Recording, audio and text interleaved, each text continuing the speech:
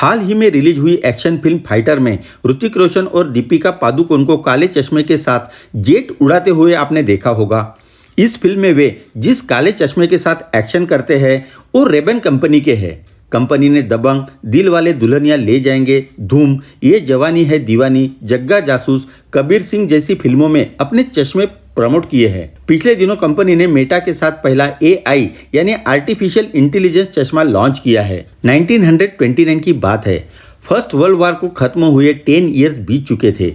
अमेरिकी एयरफोर्स तेजी से फाइटर प्लेन और फाइटर जेट बनाने में लगी थी। इसी दौरान पायलट को एयरफोर्स तेजी से ट्रेनिंग दे रही थी। जब प्लेन या जेट उड़ान भरते तो पायलट को सूरज की किरणें परेशान करती। तब अमेरिकी वायुसेना के कर्नल जॉन ए मैक्रेडी ने बॉश एंड लॉम्ब के साथ मिलकर एविएशन सनग्लासेस पर एक्सपेरिमेंट शुरू किया। एक्सपेरिमेंट में कामयाबी मिली और उन्होंने एंटी ग्लेयर फ्रेम तैयार किया। एंटी ग्लेयर में प्लास्टिक फ्रेम और हरे लेंस थे जो तेज रोशनी को कम करते थे। ये फ्रेम फॉग भी जमने नहीं देते थे। 1936 में बॉश एंड लॉम्ब ने रेबेन कंपनी की स्थापना की। नाम में रे का मतलब सूर्य की किरण और बैन का मतलब रोकना। कंपनी की शुरुआत उस समय हुई जब दुनिया सेकेंड वर्ल्ड वॉर के मुहाने पर थी। 7 दिसंबर 1941 को अमेरिका वर्ल्ड वॉर में कूदा। युद्ध के दौरान अमेरिकी वायुसेना के पायलट ने रेबैन का चश्मा पहना। रेबैन की इस रणनीति ने उसे दुनिया भर में फेमस कर दिया।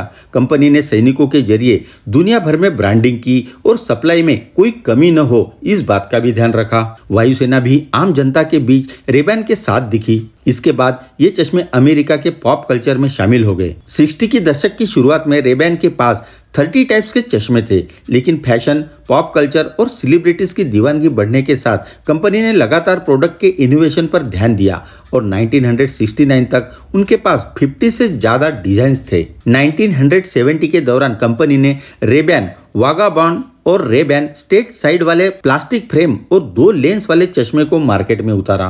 फिर पर्वतारोहियों के लिए लेदर वाला चश्मा लॉन्च किया। 1980 आते आते रेबैन के चश्मों की डिमांड मार्केट में कम होने लगी। हालात यहाँ तक पहुंच गए कि चश्मे की सेल 18,000 यूनिट तक आ गई। कंपनी दिवालिया होने के कगार पर पहुंच गई और प्रोडक्शन रोकने का फैसला भी लिया। दरअसल फिल्म में टॉम क्रूज ने रेबैन का वेफेयर चश्मा पहना था, जिसके बाद चश्मे की सेल 40% तक बढ़ गई। 1990 के दौरान रेबैन भारत में आई। कंपनी की एड स्ट्रेटेजी के तहत 1995 में दिल वाले दुल्हनिया ले जाएंगे में शाहरुख खान रेबैन के साथ दिखे थे। इसके बाद देश में रेबैन की डिमांड बढ़ गई। रेबैन ने 2022 में दुनिया का पहला स्मार्ट ग्लास लॉन्च किया था।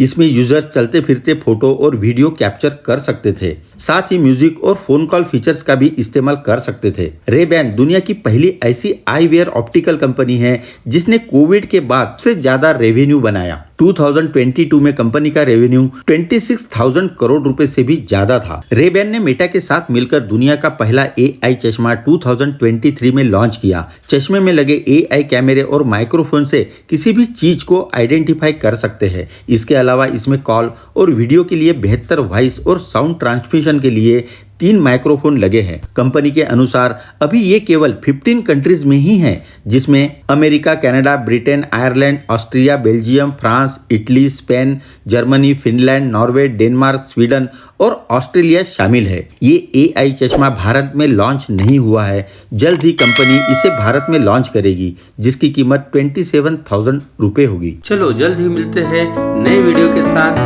ग्लोबल इंसाइक्लोपीडिया में।